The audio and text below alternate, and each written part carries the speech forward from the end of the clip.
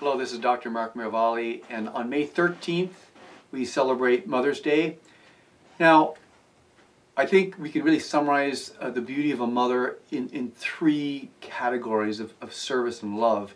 Number one, a mother suffers for her children. Almost from the beginning, there's a particular sacrifice mothers make in terms of things like morning sickness or other physical challenges that come so often with having an image of God in one's womb and the process of gestation. And that certainly doesn't stop after the child is born. Mothers, secondly, nurture and nature their children. Not only do they give birth, but they give love, and they nourish, and they care, and they fondle, and they feed and change their children. And that too is a lifetime process, as mothers know so well, of giving moral support and strengthening and encouragement to their children. And then thirdly, mothers intercede for their children. They're watching out for them. Even nature bespeaks the great protective quality of mothers in protecting their offspring. And so in these areas of suffering, of nourishing, and of interceding, this really is what makes a mother, and that's why they deserve to be so greatly honored, not just on Mother's Day, but on every day of the year, in gratitude for the sacrificial nature of authentic motherhood.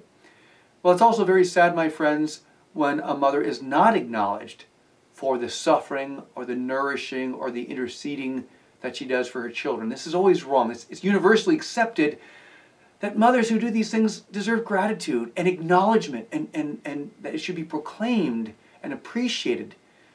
Well, there's one mother that we oftentimes forget who has done these three things for each and every child alive on earth now, and every child who's been alive, and that's the Blessed Virgin Mary, the Blessed Mother. Our Lady is the spiritual mother. She, like no one else, suffered for each one of us. She suffered in saying yes to Jesus, in knowing that she was going to be the mother of a child born to die. This is confirmed in the prophecy of Simeon that, quote, your own heart too will be pierced, because her heart is inseparably united to the heart of Jesus and the mission of Jesus, the mission of redemption. Further, this role of Mary's suffering for each one of us is climaxed at Calvary.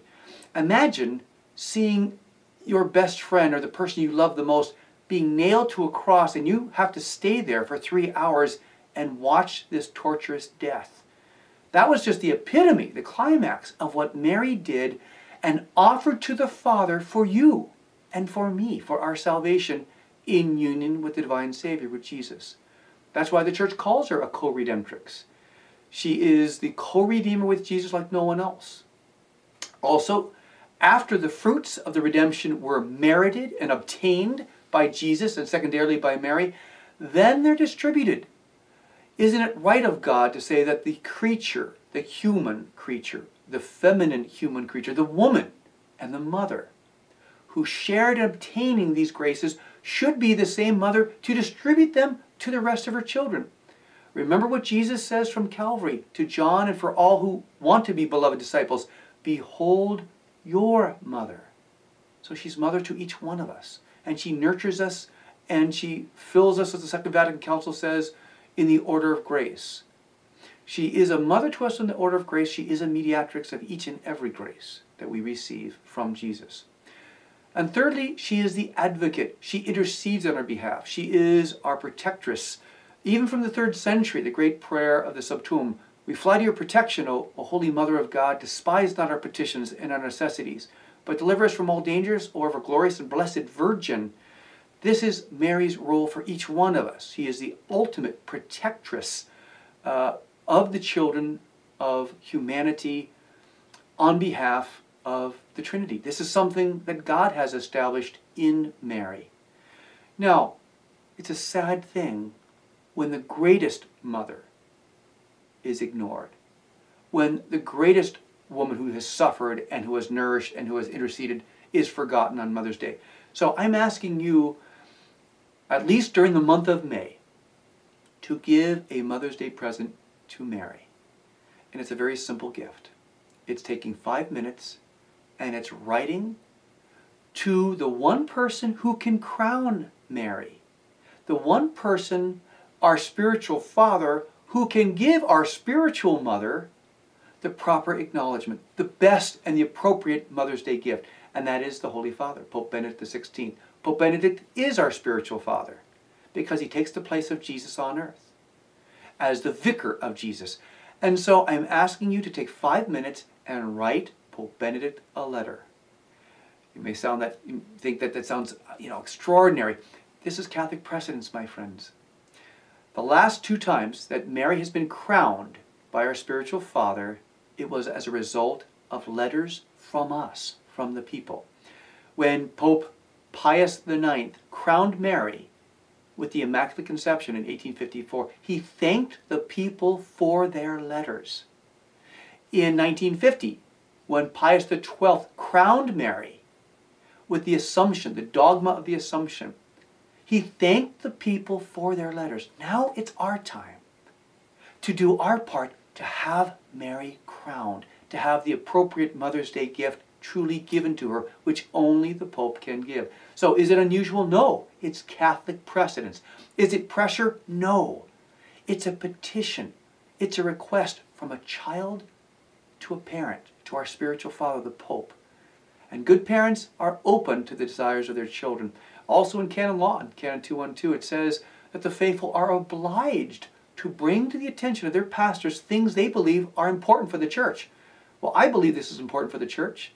And Our Lady herself has requested this crown through her apparitions at Fatima, in Akita, and in Amsterdam. At Fatima, where she appears as the Coredemptrix and promises an era of peace with the triumph of her Immaculate Heart. At Amsterdam, when she says specifically, work and ask for this dogma, you must petition the Holy Father for this dogma.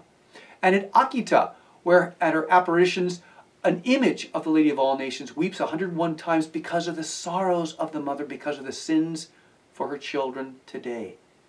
My friends, I ask you, really, I beg you in our Mother's name, don't let this Mother's Day go without acknowledging your mother. Take 5 minutes and write to Pope Benedict, and here's his address, very simple. Pope Benedict XVI, 00120, Vatican City. Once again, Pope Benedict XVI, 00120, Vatican City. Even if you put Pope Benedict XVI and Vatican City, it'll get there. 1 line or 2 lines saying, I think it's right, I think it's the time that Mary be acknowledged as our spiritual mother. Please, Holy Father, proclaim her as our spiritual mother. Any language you want to use that expresses that we want Our Lady crowned as our spiritual mother so that she can bring us peace to the world as she has promised. Please, my friends, don't let the month of May go by without giving our Blessed Mother her Mother's Day present. An acknowledgement that she is the mother who suffers for each one of us, the Coredemptrix. She's the mother that nourishes us in the spiritual life, the Mediatrix. She's the mother that intercedes on our behalf as advocate. And that demands acknowledgement. Because, my friends, it's not for her ultimately, it's for us. That until she is acknowledged as our spiritual mother, she can't fully act as our spiritual mother in these motherly roles of intercession on behalf of humanity. If you read the paper, and if you live in the world in the 21st century, in 2012, you realize that almost by the week, there's more urgent need for peace. Peace comes through grace. Grace comes through Jesus, through Mary. Please, write to Pope Benedict XVI, 00120, Vatican City, a little letter of why now is the time for him to proclaim the dogma of Mary as our spiritual mother. This is Dr. Mark Miravalle. Have a blessed May. God bless.